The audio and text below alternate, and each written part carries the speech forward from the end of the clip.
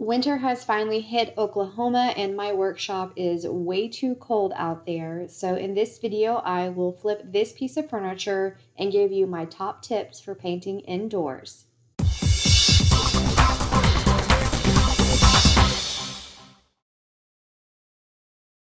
Hello everyone, welcome or welcome back. This is Sab's Rehabs, where we take old, outdated, damaged furniture that's often destined for the trash, fix it up, and give it a second chance at life.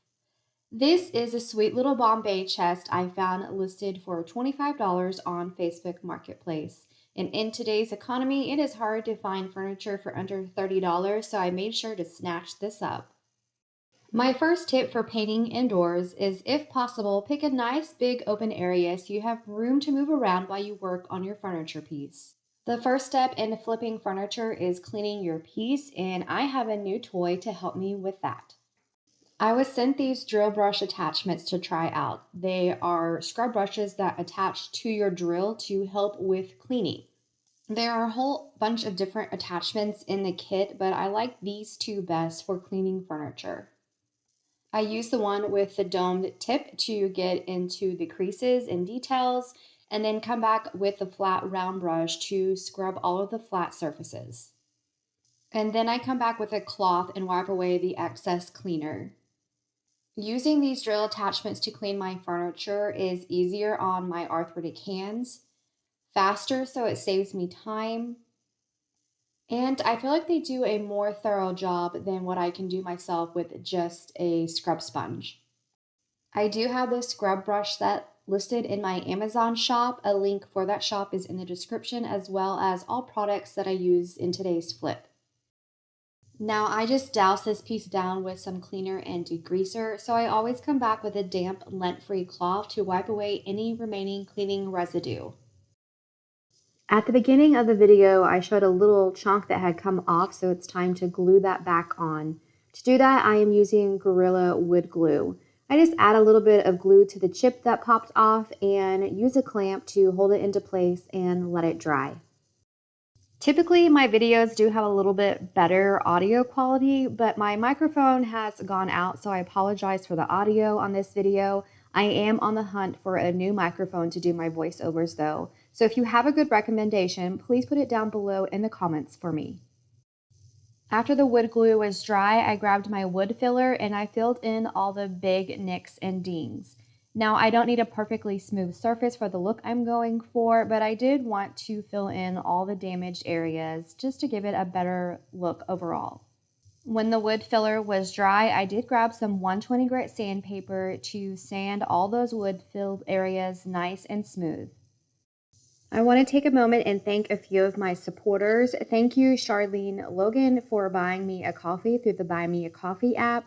And thank you, Monk, for sending me an item, or a few items actually, off of my Amazon wish list.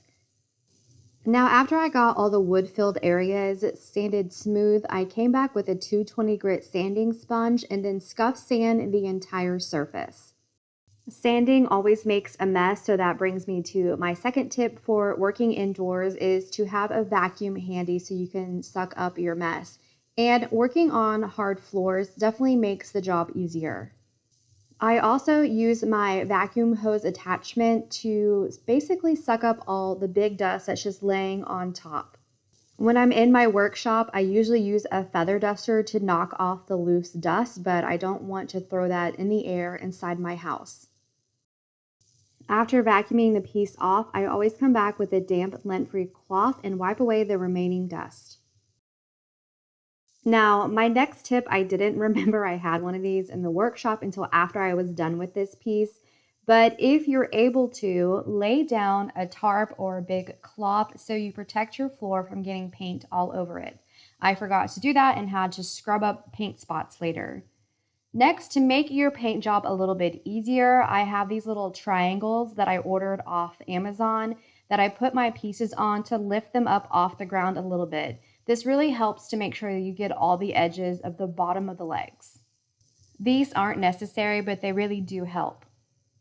While I work, I also keep a tiny screwdriver in my pocket because I pull the drawers in and out a lot, and that just makes it easier since there's no handles on the piece. Now, working indoors in the wintertime, I have my heater running all the time. So I always have a spray bottle with some water just to put on the surface. And that just allows me to work at a section at a time and get all my product on one area. And then I can come back with long swipes to make my brush strokes go the same way. Without that water, the product would just dry faster and I wouldn't have as long to work with it.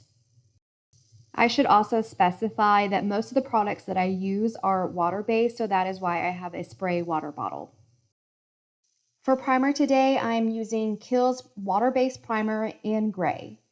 Now, this little piece of furniture is Pulaski. It's MDF, but it is coated in some thick enamel. Typically, when a piece is painted red, I will use a shellac primer because red is known to be really bad at bleeding. But I don't like using shellac indoors, and I know this is enamel coated, and enamel doesn't bleed, in my opinion. I applied the first coat of primer and let it dry, and then came back and added a second coat of primer.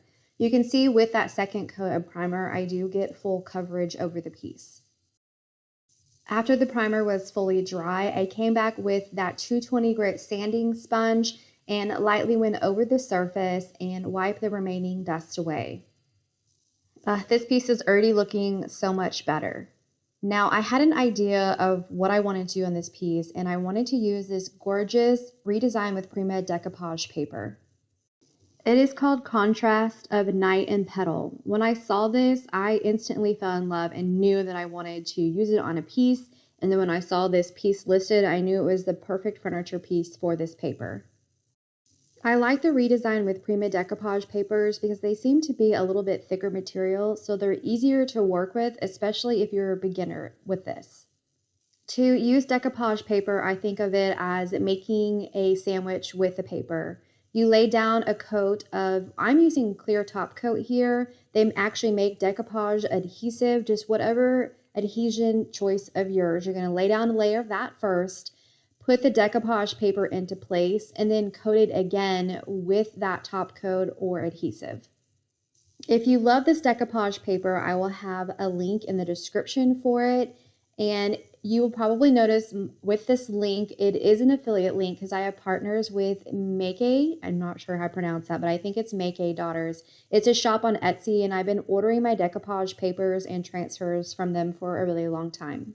So I've done a couple affiliate things on my channel, but you're going to start seeing more of that, and I want to address that. I don't know why, but once the word affiliate linking is mentioned, sometimes people get really weird. Yes, a very small percentage is sent my way if you do use the affiliate link, but here's the deal. I buy these products and have been buying the products, and I will mention to the company that I'm going to use the product in a YouTube video. They tell me that they like my work and we work together. They provide the product, I showcase it, and you get inspired, hopefully. One thing is 100% sure though, is whatever item I am showcasing or product I'm reviewing, you will absolutely get my honest opinion on the item no matter what. So use the affiliate links if you want to, don't if you don't, and that's the end of that. Okay, so back to the piece. After the decoupage paper was dry, I used some 220 grit sandpaper on a sanding sponge, went at a 45-degree angle, and just knocked around the corners to clean them up. And this paper was so beautiful by itself, I almost wanted to just leave it like that, but there is more to do. You know, like painting your piece with Sprouts salsa. I'm just kidding. So I mixed together, this is a green with black. So it's a very, very dark color. It's black with just a hint of a green. It's a custom mixed color I made with some Dixie Belle chalk paint to match the decoupage paper. Now, when you're painting indoors, obviously you can't spray your pieces. So the choices are to paint by hand, which is what I'm doing on this piece, or you can roll your paint on with a mini roller. Whether I'm using a paintbrush or a roller, I kind of work in sections, get the paint on, and then go back with either long swipes with a brush or lightly go back over it, rolling in the same direction. If you don't like the look of brush strokes, this is the method I use to minimize the brush strokes as much as possible. And then paints and primers and top coats have VOCs. So another tip for working indoors is to make sure that you use products that have low to no VOCs. This is just better for all the humans and little furry animals that you have indoors. Now, when you hand paint or roll your paint on, there's always little application marks, is what I call them. So to minimize those even more, I also sand with a 400 grit sandpaper in between each coat and then wipe the dust away. I applied 2 coats of the paint to the piece and then came back with that clear top coat. And I apply that the same way that I do my paint, working in sections to get it on and then just going long swipes in the same direction to minimize those brush or roller marks. I would have to say a benefit of working indoors is I typically save my pieces that are in better shape so I don't have to use any power tools. And the less noise allows me to wear my earbuds so I can listen to a podcast or a book on Audible while I work. Now, at the beginning of the video, I showed that one of the handles was broken. So I decided to use these that I had in stock. They're a little bit smaller than the original, and I just used those on the top drawer, but I wanted to make them match a little bit more.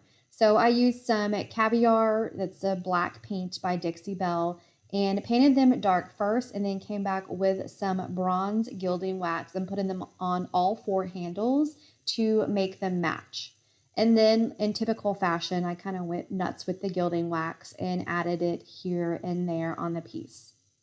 I added it to the top trim. I added it to the trim along the bottom of the piece, and then decided that the sides looked kind of blank. So I used this beautiful damask stencil to add more of the bronze. I just thought that the front looked so beautiful and busy, and then the blank sides just looked really plain to me. When I use stencils, I like to tape them into place so they don't move, and then use a sponge to apply the gilding wax. You can use paint to fill a stencil, whatever, gold leafing, but I think gilding wax is just the perfect way to get nice, crisp lines from your stencil.